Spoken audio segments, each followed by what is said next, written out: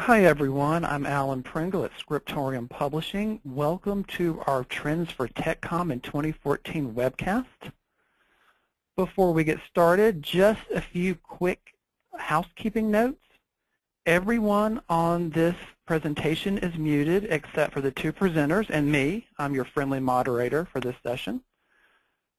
If you would, find the questions area of the webcast interface and you can use it to ask questions and offer comments during the presentation. Also, this presentation is being recorded, but your name and information will not appear in the recording. And tell you a little bit about how we're organizing this.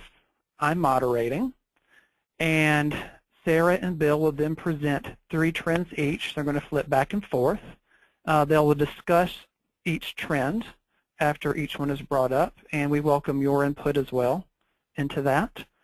And as I mentioned earlier, please use the questions tab of the interface for your questions and comments.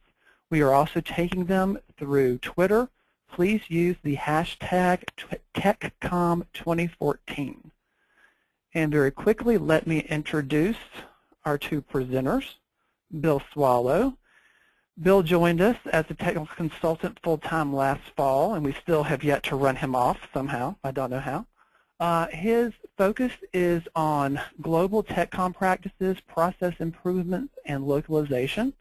We also have our president and founder, Sarah O'Keefe, and her focus is on content strategy for TechCom. So, Bill, we are going to toss it to you first. What do you have for us? Well, there's been a lot of talk about breaking down silos when it comes to content development. And the truth is that people like their silos. And the main reason for that, I believe, has to do a lot with control, whether it's real control or perceived control over the content. There's a fear of change to the content from other groups, fear of misuse of particular information in someone else's deliverables, and in general, some apprehension about potential wild cross-pollination of the content where it shouldn't be. And right now, we're seeing a lot of tech investment within specific silos. So one group will be using one set of tools, another group will be using a different set. But these tech going forward are going to need to start talking to each other a lot more, and there needs to be some kind of a shared common usable format that will enable that.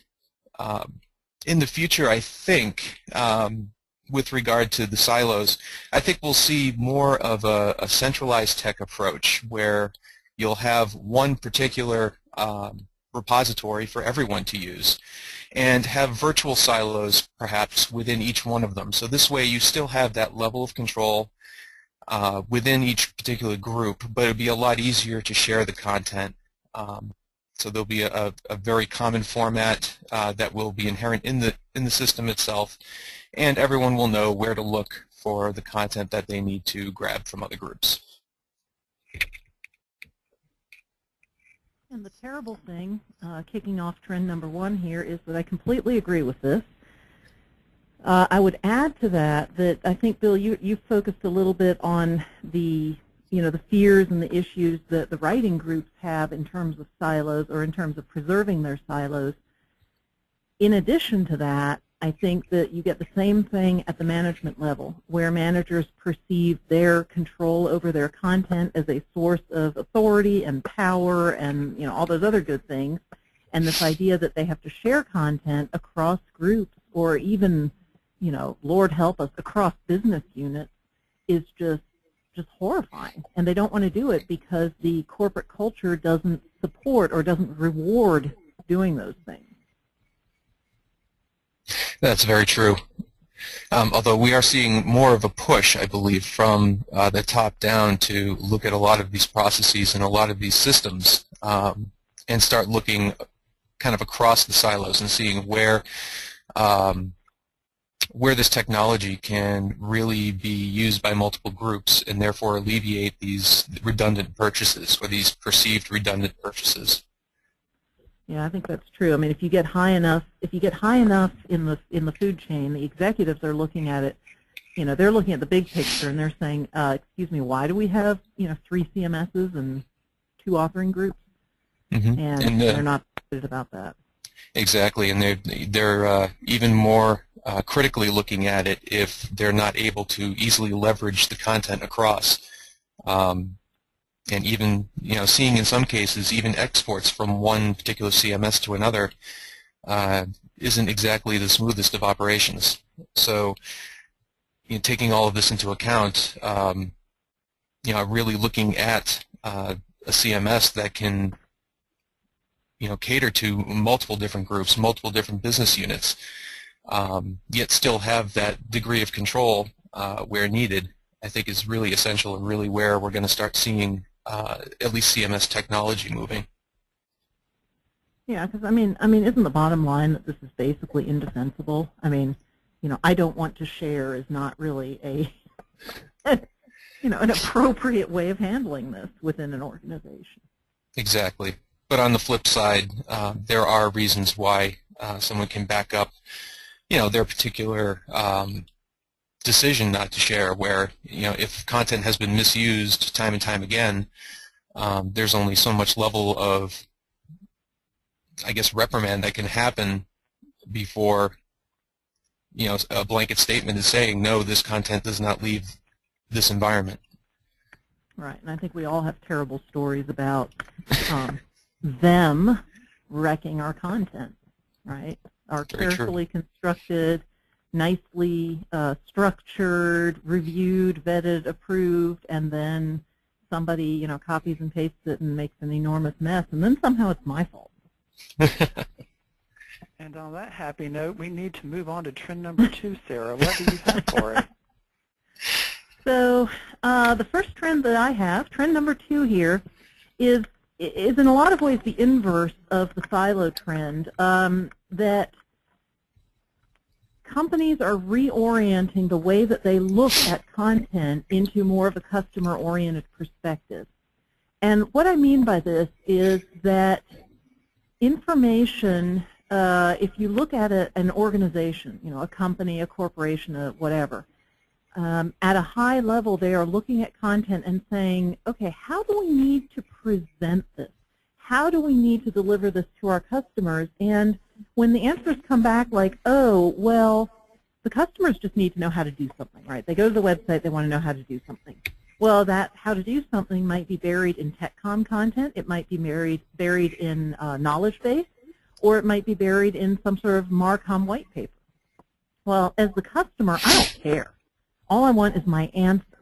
And if I go to a website and I have to search 3 times to find the information because knowledge base is distinct from TechCom, which is distinct from the marketing content, then I am very annoyed with you as a content provider. What we're seeing is the beginnings of the corporate executives reorienting to understand that they need a unified presentation of their content on their website or in wherever they are delivering the content. So they're starting to think about, well, what should this look like on our website? And answers like, oh, well, we're in marcom and we're special and our stuff goes over here, and oh, we're in technical training and we're special and our stuff goes over here, is not flying anymore because the customer doesn't care, right? That's not a distinction that necessarily matters to the customer. So we're seeing a lot more demand for delivering content that is customer-focused, that is customer-oriented, instead of being oriented in the way that makes sense based on how the company is organized. Now, I really wish I had said this, but it wasn't me. I think it was Christina Halverson who said that you should not be able to intuit your company's website, your company's org chart by looking at your website. And that's kind of what we're talking about here, is to get away from a website that reflects internal organizational principles. Mm-hmm. I actually have to agree with this, and I think a lot of this.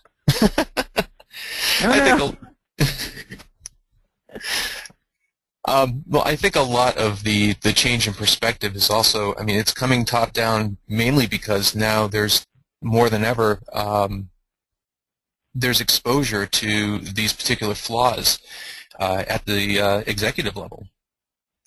And when they're going ahead and using their own particular portals for getting information and whatnot, even in their personal lives, they're finding that it's increasingly difficult to either get to the same place or find the information, particularly when they're coming at the content from a very different perspectives. So perhaps one time, going in through going in through a web interface, another time trying to quickly look something up on their smartphones or whatnot, they're now seeing the disconnect and relaying that back down in their organization, saying, I ran across this using XYZ, XYZ's app or XYZ's website. Let's make sure that we're not making the same mistake.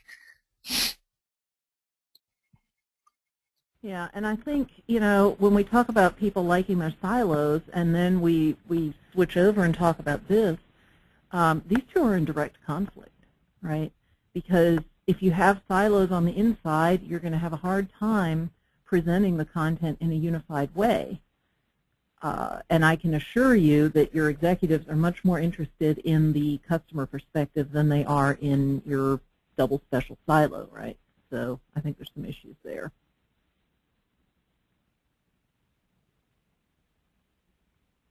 Well, I think we're ready to move on to I the would next agree topic. there. And, yeah, there's a lot of agreement going on here. It's no fun moderating when there's no fight to break up. So you two need to disagree on something here.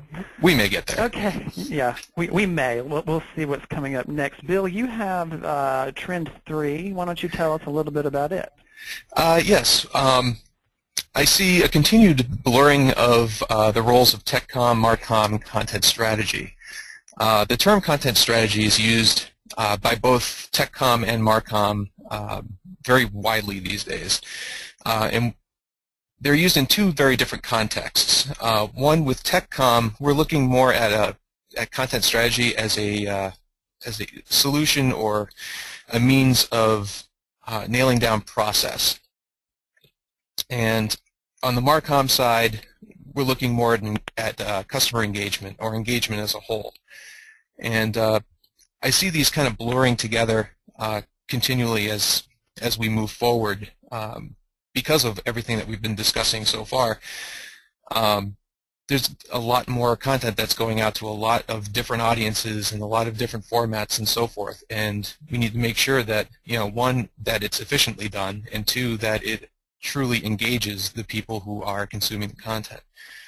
On the TechComm side, we seem to have localization pretty much nailed down as far as being able to get things through. We understand the process, we understand the needs, we understand everything that goes into a localization project, at least for our content. And on the marcom side, they seem to really have down the targeted messaging and have down exactly how to cater to specific markets with specific messages and being able to nimbly change from one message to the other when needed. And then we're going to see a lot of a blur between both public-facing and customer-facing content, where we'll start seeing a lot more of what we usually traditionally consider customer-facing content, such as technical manuals and so forth, being used more on the public side as either sales tools, marketing tools, or what have you. And there's a shared responsibility of getting the correct information to the right people. It's not just marketing's job to ensure that there's a customer engagement level going on and that the brand is being carried through and so forth. And it's not just on the shoulders of TechComm to make sure that everything gets localized well. So there needs to be a lot of sharing in these aspects to make sure that the messaging is correct, that the content is correct, and that you're targeting the correct markets in whatever languages that they need in the most efficient way possible. I think this is a really important kind of thing.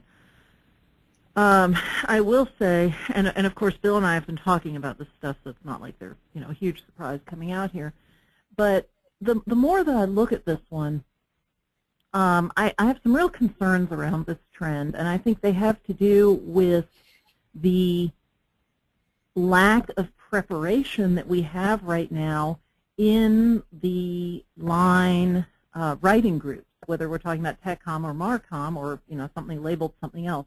The lack of preparation that we have there for this sort of integrated, blurring, cross-pollination, whatever. I mean, you could start with the fact that hardly anybody works in an organization where TechComm and marcom actually report to the same executive, right? Marcom usually lives over with marketing, and TechComm in many cases lives over in engineering or lots of other places. But it's quite common for the first common reporting structure, the first common executive that they have, to be the CEO. And that doesn't bode well for trying to get these groups to talk to each other, trying to get them to actually work together and integrate and have a joint strategy. I think it's critical that they need it, but I don't quite see how it's going to happen, at least in the short term. I think the roles are definitely blurring in that TechComm stuff is becoming more, more marketing, more customer-facing, more whatever. But I remember back in the dark ages, we used to make jokes on the TechComm side about how, oh, yeah, the marketing people want us to put some stuff in the manual, so we'll stick it in the preface. That's where we, that's where we put all the marketing stuff, because the rest of the book is, holy and sacred and accurate. Well, that's not how it is anymore. Not to mention the fact that A, nobody does prefaces, and B, nobody does manuals, right? Or at least not only. But I don't know that we're ready for this. I think it's happening because of this push from above, but I don't think we're prepared for it. A lot of content strategy people are interested in voice and tone and nothing really strategic. A lot of tech writers are interested in, let me document this API correctly, and nothing else. You tell them a customer is going to see this, and they say so. So there's a lot of skills that need to be exchanged or transferred or shared, and I just don't know. So I agree that it's happening. I'm just not totally sure what the implications are.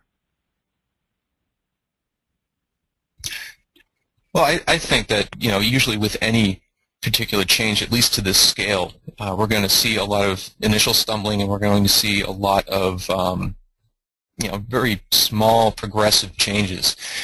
And, the blurring has been happening, and it's going to continue to happen, I believe. And I think we're really going to start seeing this a lot more as, as time goes on, and a lot more groups are really going to start blending together a bit more, at least with regard to getting the messaging and getting the content out there. I mean, we also have tech support, we also have sales and so forth that, really carry a lot of the same weight as far as, from a marketing perspective, as far as carrying the company's brand and the company's message.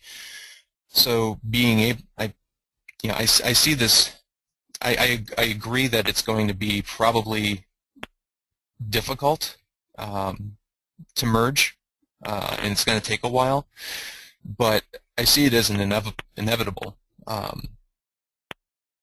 especially as marketing and TechComm continue to merge as they are. I think we're going to start seeing a lot more groups starting to merge into this, and we may even have a brand new kind of approach to content development and content dissemination over time. So there's going to be some sort of unified content thing. Nope, moving along. Yeah, we need to move along to keep things within an hour. So, Sarah, you are up next. What do you have for us?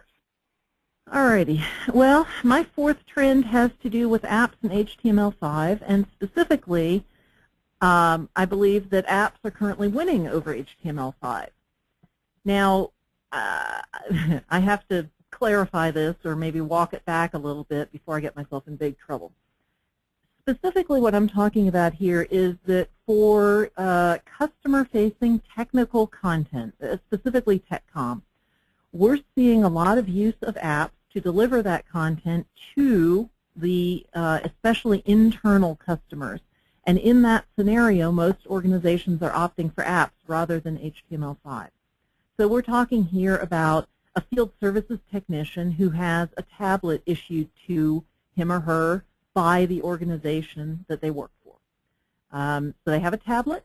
They take that tablet, and it has all of their stuff on it, all the procedures they need, all the ordering parts, everything that they need to kind of go out into the field and do their field services things. So in that specific scenario, apps are winning right now. Companies have looked at using HTML5 and have decided that because they can control this, they can basically say, hey, you, field services guy, you get a tablet, and it's going to have all this stuff on it, and it's easier to make updates and control it and do what they need to do, and you also get more functionality with an app. Now, the interesting question here is, will this continue? Will this be a larger thing, or is this just that specific use case scenario? Is it specifically when the organization kind of owns the content and owns the delivery device that they will go to apps, or are they going to go deeper and deeper into apps because they do get more functionality there? What we are not seeing in general is organizations that are delivering both iOS and Android apps. They're picking. They're saying, we're going to do all of this on Android, or we're going to do all of this on iOS, and delivering it that way.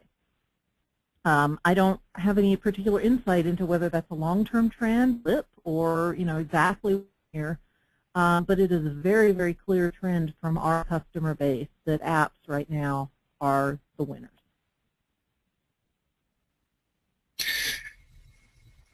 I do have to say that there also is a push out there, and it's meeting a lot of resistance, but there's a lot of push for bring your own device. And I understand where the resistance is coming from, basically from just being able to maintain security for all of these devices that people may have to bring in. Some people might be using Android phones, iPhones, regardless, whatever tablet you can think of. It's kind of an IT nightmare, especially with regard to security, let alone content delivery. But I know that there is a continued push for people to come up with some kind of standards for, for supporting BYOD, so that there isn't a mandate that, if you're working in this particular field, you must have this company-issued device in addition to your cell phone or and your laptop and your desktop and anything else you might be using. It'd be interesting to see where that plays out. I'm not sure if even HTML5 is an answer to that, but it's an interesting thing to follow. I know that there have been some active discussions recently on Twitter regarding bring your own device, and that people are trying to come up with answers to a lot of the corporate policies that mandate that specific devices be used in specific scenarios. Yeah, and clearly this flies completely in the face of the concept of bring your own device, right? If I'm telling you that they're choosing the winner and they're saying we're going to build for this operating system. So I acknowledge the existence of bring your own device. It just seems that right now for corporate content, or whatever we want to call this, it's just not happening. They're just saying, nope, it's going to be this one, and in fact, here's your corporate iPad. Have a nice day. I don't know that I can really defend this one, other than to say that this is what we're seeing.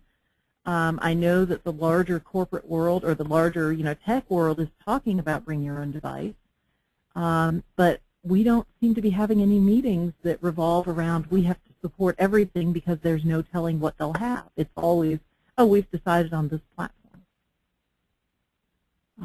So this is one where I'd like to get some feedback and figure out, what's out there. Are we seeing this through, too small a lens, or is this really some sort of trend?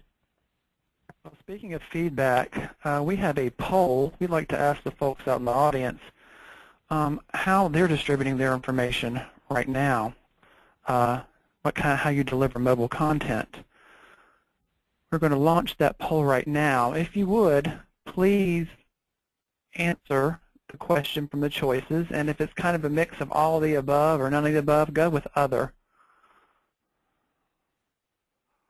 And I'll give you a few more seconds to answer that question, and then we'll close the poll and look at the results.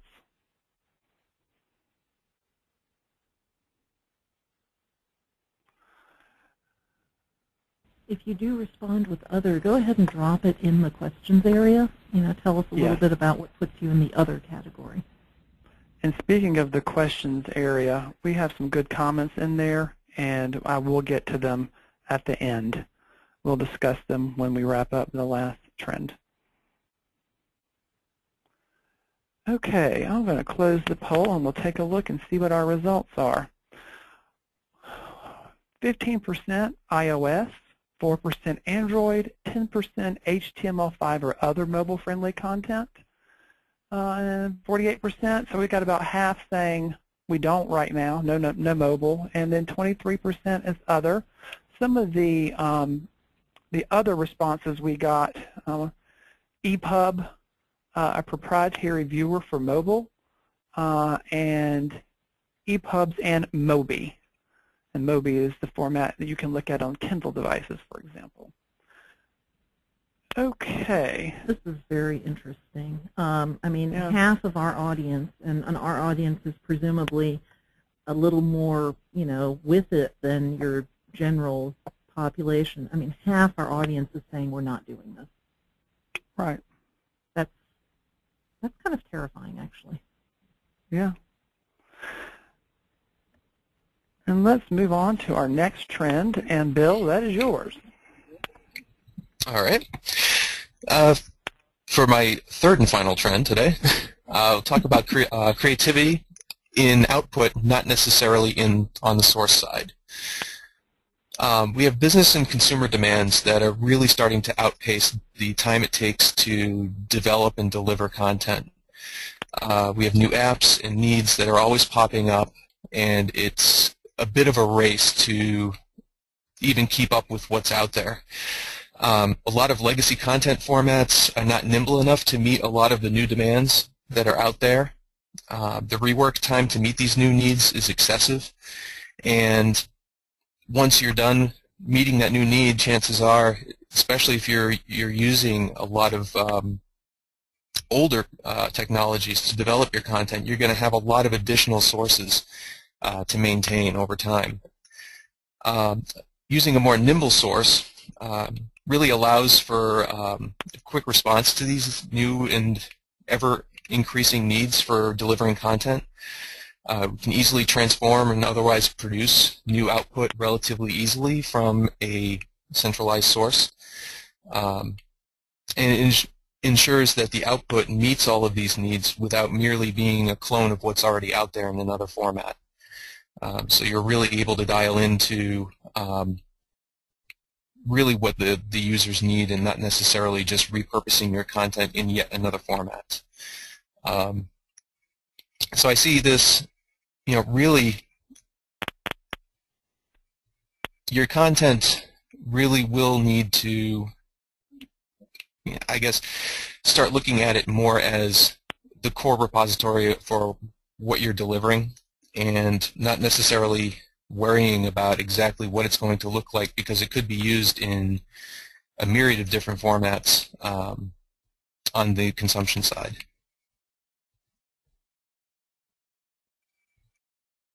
Yeah, this is an interesting trend. In addition to everything else, in those cases where we have customers that have chosen to be kind of creative with their source, and when we say creative with their source, what we're talking about is, for example, that they go into XML and they build their own custom XML, or they specialize in data to really match up with what they have in their original source files. It really seems as though when people get overly creative in the source, the results aren't as good. It's much easier to just sort of take the default content model and then worry about being creative on the output side. Now, there's a few things you might want to put in there, but these highly customized content models, everybody thinks that their requirements are really, really, really, really unique. And the set of people that actually have unique requirements, or the set of content that actually has really unique requirements, is quite small. Most of the time people think their stuff is unique, but it's not. Now, on the output side, I think legitimately every company produces content that looks different and looks interesting and reflects that company's culture. But I guess what I'm trying to say is that we're still seeing more creativity in the source than is actually warranted. Although I agree with the overall trend, I think there's still too much in the source because there's stuff being done in there that doesn't add value. It just causes trouble. I want to throw out some comments we're getting through the questions tab. What is your point about source? Are not many people migrating to XML? And the same commenter also says, DTP takes, that's desktop publishing, takes too long, is very error prone. Output creativity is lots easier, but takes lots more time to make it pretty, as can be done with DTP.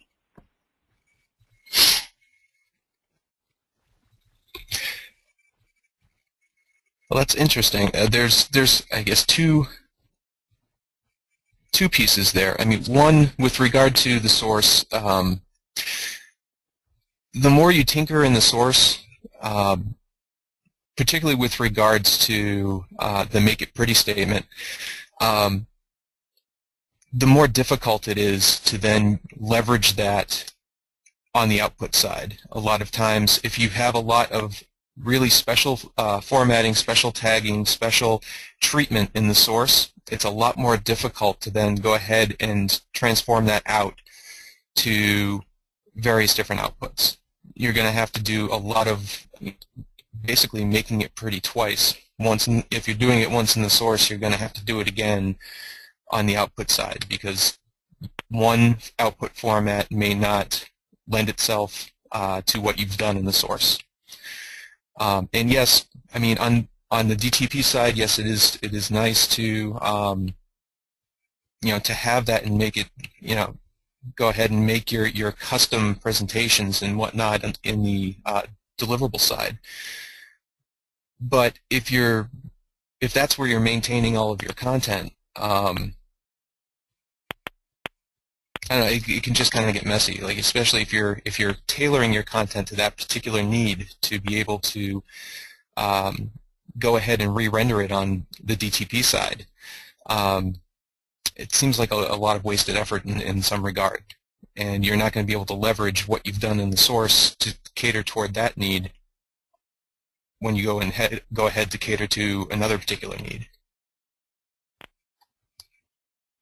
So Bill, to the commenter's question about XML, I mean you're basically saying that migrating to XML does not necessarily equal not creative, right? I mean, I think he's equating migrating to XML with not creative, but would you agree with that? I would say yes and no. I mean, just because it's an XML does not necessarily mean it's not being creative with your content. And on the flip side, it is still very it's still very possible to be creative in the XML to a point where it's a detriment when you go to deliver the content. There are two sides to that. I mean, XML sounds very vanilla, very bland, but really you can do a lot of very creative things as long as you're smart about how you're implementing them. And a lot of that really comes down to making sure that anything you implement in the source is not specifically designed to target one specific output. So basically, to build on that, if you go to XML but you build your own custom content model, then that's in some ways questionable. And if you went to DITA and you use standard tags, and there's somebody asking about this, but if you went to DITA and used standard tags, that would be one thing. If you did extensive specialization to add a bunch of your own tags, then that's something that we're not seeing as much of. And speaking of standard DITA tags, we have another question. and I certainly have my thoughts on this. I'm going to leave it to you two because that's your job in this webcast. Is using standard data tags too much formatting in the source? Does it allow for enough flexibility for other outputs?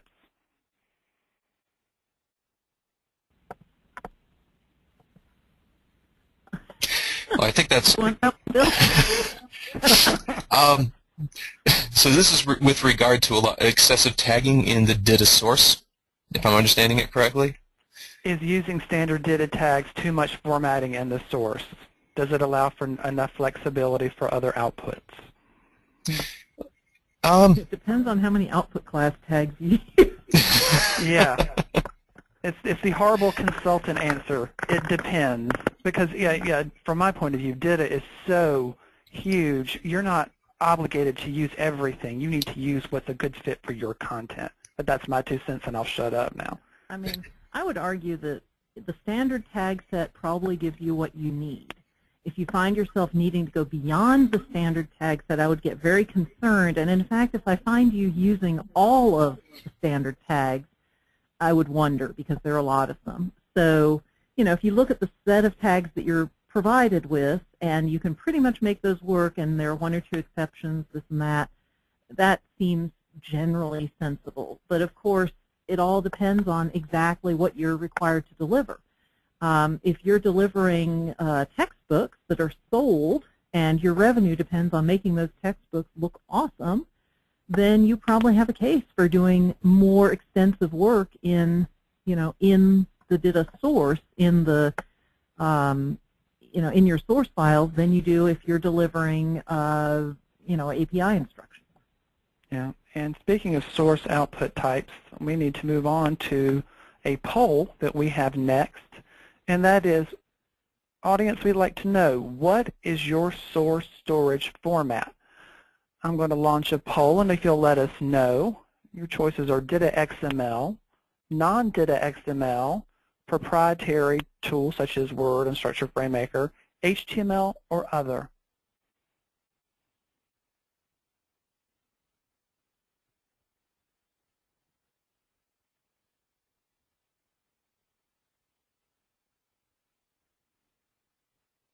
And I'm going to give you a few more seconds to answer. Those are not the numbers I was expecting. I can see them. As you guys vote, we can see the numbers change. Right. This is a surprise to me. I would agree. Okay, I'm going to close the poll, and we'll take a look at the results. Hit the share button. There we go. It should be sharing now, I think.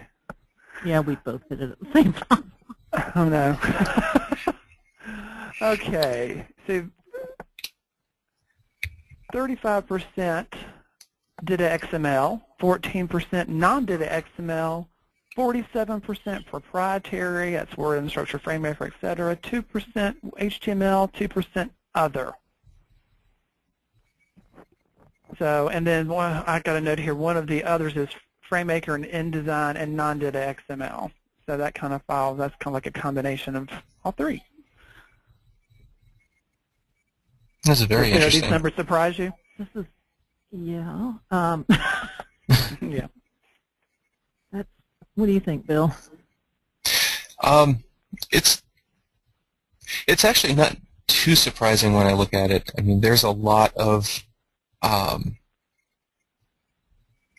people still using unstructured FrameMaker out there and using InDesign. You know, as a non-labeled trend, I would see that, you know, we might see more of a move to some form of XML, but I'm actually not surprised to see so much in the proprietary side still.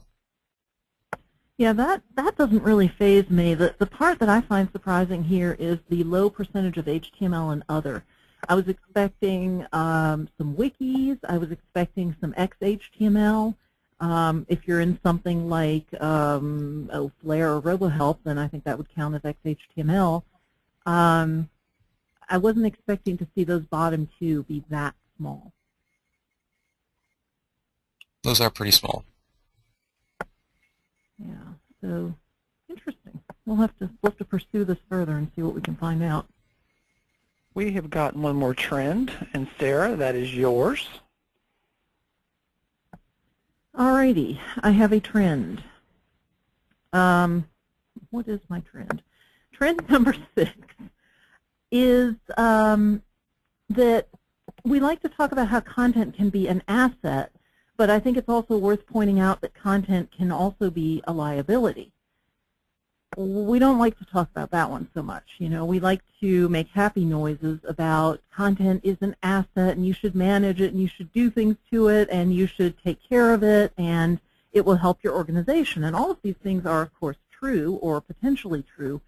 But my trend is that I think there's increasing recognition, again, at the executive level, I mean elsewhere as well, but increasing recognition starting to happen at the executive level that if your content is not very good, it could be a potential liability.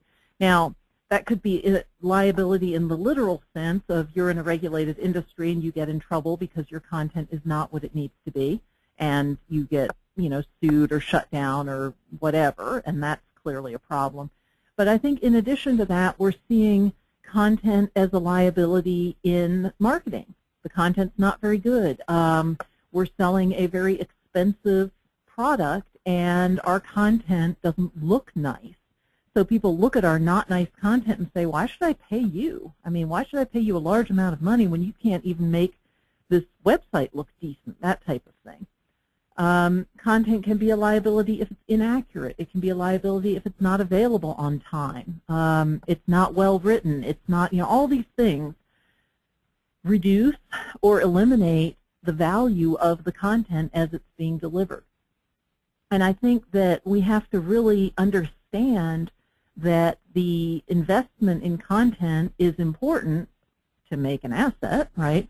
But it's also important because of the flip side of it, which is that it can, in fact, be a detriment to an organization if it's not done at a level that's appropriate for that organization. There are expectations that customers have. So to give you an example, I was car shopping not too long ago, and one of my top priorities was that I wanted to put a rack on top of the car so that I can transport my kayaks, which weigh kind of a lot.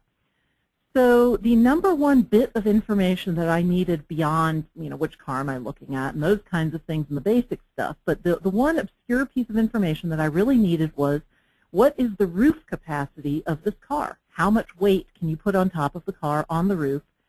And it turns out that that bit of data, it does exist, but it's extremely difficult to find. You will eventually find it buried not in the marketing materials, but in the more sort of operator type stuff, the user guides, the car manuals, those kinds of places. And I went looking for that specific bit of information for a specific 2 or 3 different car models and had grievous difficulty finding it. And I was really kind of annoyed because that's all I wanted to know. And then I wanted to know, well, if this car, this particular model, has a sunroof, does that affect the roof capacity? Because last time I went through this exercise, it did. And we had to, you know, rule out some options because of that. So I wanted that specific piece of information. It's technical content. It's a piece of data about a particular product. And I had just an awful time finding it. And I was really annoyed because that was the bit of information that I wanted. I eventually actually had to resort to asking at the dealership, which, you know, I had everything else. I knew every other bit of information that I needed. I could not get that piece of information. They had trouble finding it as well. And overall, it was one of these experiences of, well, but that's all I care about. I don't care about all this other stuff. You can tell me fascinating things about hitch capacity and, you know, all these other features. I don't care. I only cared about this one, and I couldn't find it, and I was really kind of upset. And it made for, from a content delivery point of view, they basically failed because they didn't deliver or they didn't make available that piece of content that I was looking for. I'm pretty sure that it is impervious to Google search because I did try quite hard and could not find it. So that made it a liability. I had a negative perception of this particular product, in fact all of them, because I couldn't find this one bit of information that I was looking for. That's really interesting. I mean, on the flip side, imagine that you are looking for, you know, all this information, or even a specific piece of information, and then finding out that the only result that you can find is in a different language, which is kind of what we're starting to see as more and more companies start going global with their content. And what we usually see is we see the content could be absolutely perfect from a technical perspective. It could be absolutely correct in every way and cater perfectly to the source language audience. But on the localization side, we may see a lag of 3 to 6 months, depending on how much information needs to be localized and when that effort begins in the scope of the project. So there may be lots of information that may be going out in, let's say, the United States, and meanwhile, let's say, you know, somewhere over in Asia, they're waiting for their particular release, and they're delayed 6 months from even adopting the product that either they paid for in advance or that they're waiting to pay for, because they don't yet have the content in a form that they can readily use.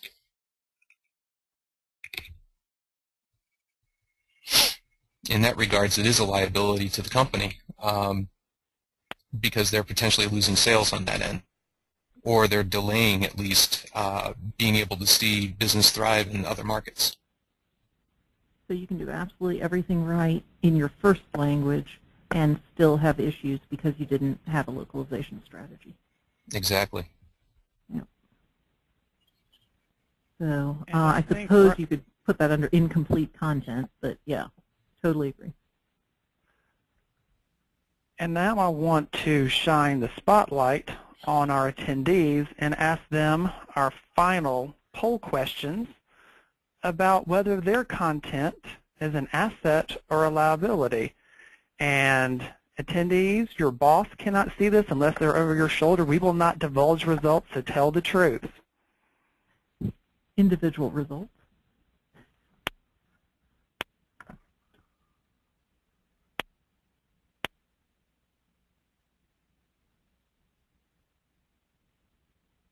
Of course, we're expecting this group, since you're on this call and you're making this effort and doing all these things, would probably look a little would look a little better, right? Self-selection.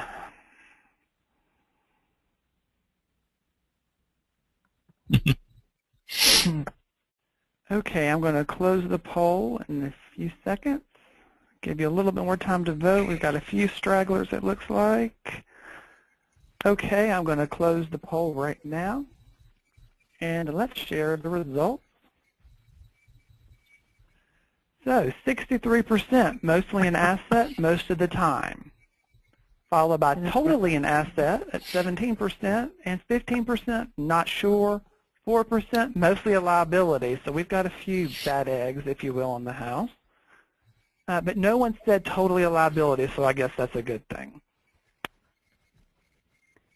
So there's, yeah, and I think maybe this is a reflection simply of that you could all, you know, all of us could always do better. Given more time and more resources and more everything, we could always produce better content. It's never perfect.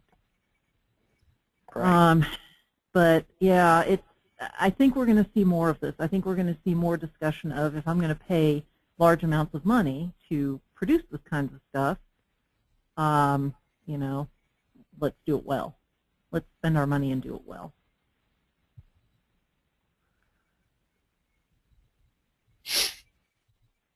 Now we're going to turn back to questions and comments. We've got a few, and I'll back up.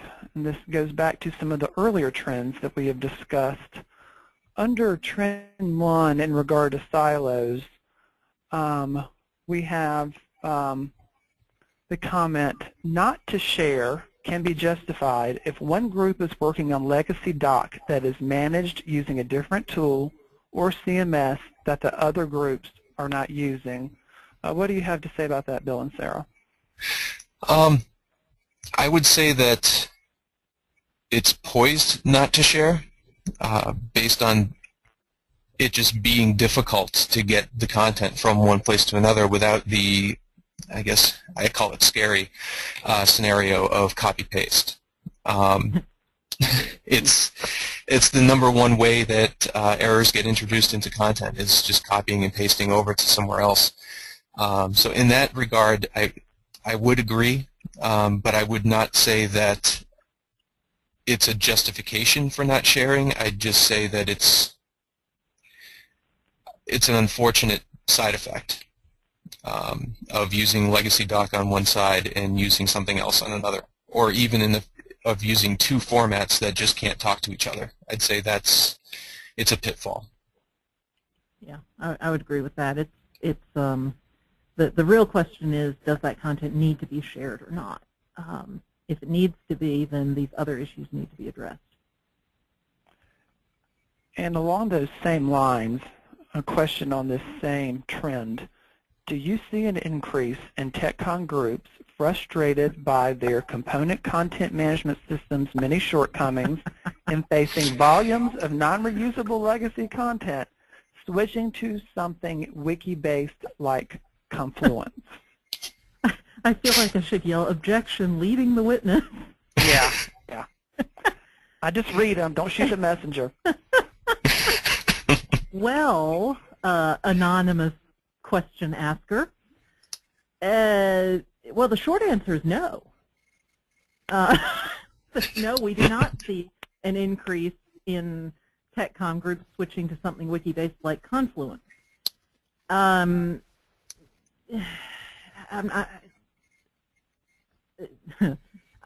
reading this, and it's clearly. Let's rephrase this. Some TechCom groups have implemented a CCMS that doesn't work very well for their particular requirements, and have apparently also neglected to convert their legacy content into a format that makes it reusable, and therefore are frustrated with their CCMS. So would switching to something wiki-based like Confluence solve their problem? And the answer to that is also no. This is almost certainly a process and management kind of problem, and not a technology problem. And I say that knowing not a whole lot about what the internals are of this particular question. And Bill, I mean, I would just kind of add to that regardless of whether it's a CCMS or if it's a wiki, you're still going to have the legacy content issue, and you're still going to have a shortcomings issue, because a wiki just isn't going to be able to meet probably every need that's going to come up in the foreseeable future. Now, granted, one particular CCMS may not either, but you may get a lot more use and a lot more propagation from it than you would by just delivering to a wiki, or even sourcing in a wiki. And it looks like at the very end there's a comment from someone else that says, doesn't that mean they failed in the request for proposal, at the very, very beginning. I'm paraphrasing, but yeah, I mean, I'm afraid that is. And that was my exact thought, that comment too. It's like this is a requirements issue as much as anything. Mm-hmm. I'm going to move on to a question for the next trend in regard to reorienting toward a customer perspective. What about user experience, UX? TechCom seems to be focused more on helping to improve usability rather than document product shortcomings.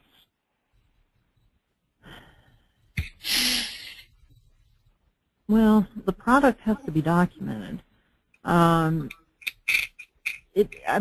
Certainly, I think it makes sense to focus more on fixing the product than on after the fact documenting how bad the product is, right? I mean, if you have to do X amount of work, you might as well fix the problem rather than document the problem. So I would agree with that. I think this was in the context of the reorienting towards the customer. So sure, let's let's address this in a customer-centric way instead of in a writer-centric way. Yeah, that works for me. In regard to trend number 3, which is bills on blurring of TechComm, marcom, and content strategy, we have the comment, maybe the terms TechComm and marcom are becoming obsolete. When the documentation plays such a large role in the buying decision, is it TechComm or marcom or some new thing? That's a good question. I mean, right now we still live in a TechComm and marcom world, and yes, the roles are starting to blur, and the requirements are starting to blur within those groups. Whether TechComm or marcom is going to become some new thing or not, I'm not sure if we can even determine what it might actually look like and be called at this point, because we still have very specific needs from each group, where TechComm is still primarily responsible for making sure that information that is technically accurate and well developed is being produced, and on the marketing side we're making sure that the company's messaging and positioning is being met, and that level of engagement with the their customers and their prospects and whatnot is being satisfied. So I'm not sure if I can even answer what this new thing might be, if it might even be a new thing. Martech. Martech? Techmar, whichever. Yeah, Techmar. Sarah, do you have a thought on that? Yeah. No, I agree with you. Yeah. We have got 2 questions on the final trend about content being an asset or liability. The first being, this idea that content is a liability when it's delayed, isn't that a flip side to Alan's "you don't own me" article? People will ferret out content anyway. They just might not like you very much when they do. And I think there's absolutely some truth to that, and I'll let you two talk a little bit about how delayed information is a liability. Oh yeah, I mean this is absolutely true. For those of you that haven't read Alan's article, you should. It's on our blog page. He talks about getting information that is sort of not intended for the U.S. market, which is where we are located. I have, on numerous occasions, have found information in languages that I do not speak and resorted to Google Translate to get the sense of what that content was, because I needed the information. I was pretty cranky about having to read it through Google Translate because, of course, the translation is not all that, but I was happy to be able to get the content at all. So, yeah, I mean, I did get my hands on it. I would not do that for anything particularly high stakes, but because, I'd be afraid that I misread, my maximum weight limit, and then I'm going to go through the roof. But it's just, yeah, you can't delay your content. You cannot withhold content from people because they will find a way to get their hands on it. And tying into that, yeah, we're running out of time. I'm going to put this last comment in there and let Bill let you have the last word. The idea of content being an asset or liability, this is not a new concept. Depending on the industry, technical content material is evaluated by potential customers to judge product quality, value, etc. The hobby industry is a good example. Instructions and user manuals are made freely available on websites for this reason. I absolutely agree with that, and to add to that, yeah, I think that I don't know. I don't know if I really can add to that. I mean, it is not a new concept. It's not a well adopted practice. Yes, the hobby industry does put a lot of stuff out there because it knows its audience quite well and knows exactly what they're looking for. And it's, I don't want to say so much of it as a niche group, but well, it is kind of a niche group. So they know what they're looking for. They know what their customers are looking for, and they cater to that. It's also But yeah, as a whole, I mean, I'm sorry. I think it's a culture. The hobby industry as a culture or a subculture has this expectation. You look at a lot of industrial companies, and they refuse to put this information out there. They think it's competitive information, or they're trying to control it, and then things happen like their dealers publish it. Yep. Mm-hmm.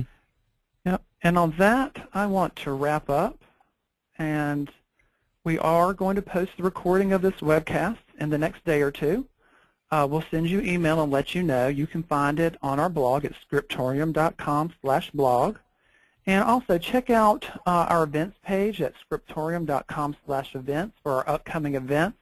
And by the way, if you're going to the Intelligent Content Conference in San Jose in February, Bill, Sarah, and I will all be there. We'd love to see you. Come check us out at our booth, please.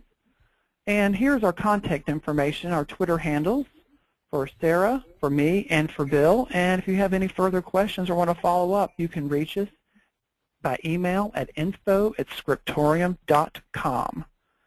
I'd like to thank everyone for attending and thank Bill and Sarah for their time today. Thanks, everyone.